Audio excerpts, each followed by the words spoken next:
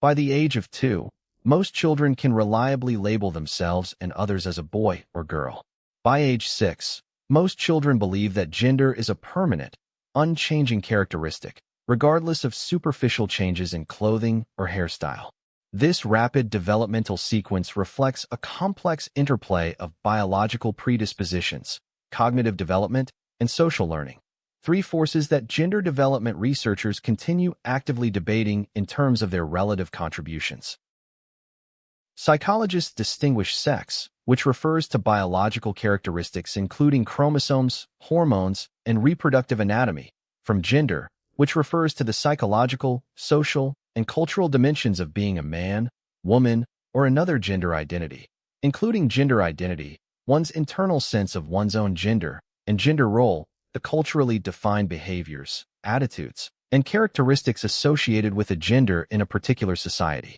This distinction allows psychologists to separately study biological sex differences and the substantially more variable, culturally shaped gender roles and expectations that surround them. Sandra Baim's gender schema theory proposes that children actively construct gender schemas, organized cognitive frameworks about what behaviors, traits, and objects are associated with each gender, and then use these schemas to guide their own behavior, interpret new information, and selectively attend to and remember gender-consistent information more readily than gender-inconsistent information. This theory explains why children often show strong gender stereotype preferences and behavior even in relatively gender-neutral or explicitly gender-egalitarian home environments. Children are actively constructing and applying gender categories from the broader cultural information available to them.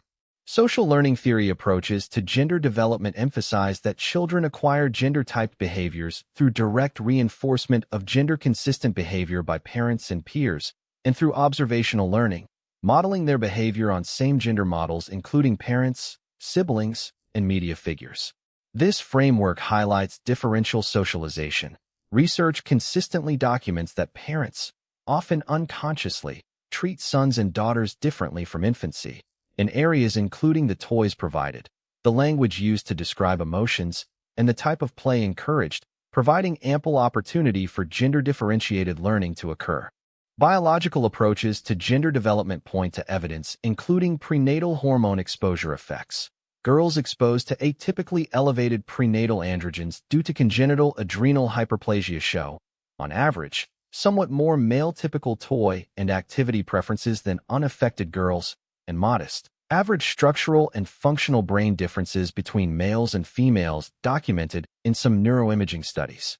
These biological contributions are generally understood by researchers as influencing probabilistic tendencies and average group differences, not as rigidly and individually determining any specific person's gender identity, interests, or behavior.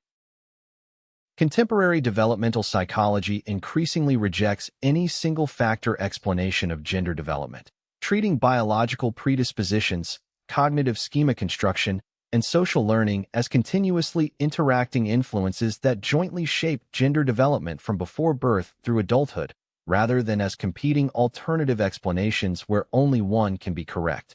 A child's biological predispositions may make certain activities more inherently rewarding. Cognitive development shapes how the child categorizes and interprets gendered information, and social reinforcement and modeling shape which biologically influenced tendencies get expressed, amplified, or suppressed within a particular cultural context. Cross-cultural anthropological and psychological research documents substantial variation across societies in which specific traits, occupations, and behaviors are considered masculine or feminine, and in how rigidly gender roles are enforced, providing strong evidence that culture and social structure substantially shape the specific content of gender roles, even where certain broad average sex differences may have some biological basis. This cross-cultural variability is a central piece of evidence cited by developmental psychologists arguing against purely biologically deterministic accounts of gender role content and expression.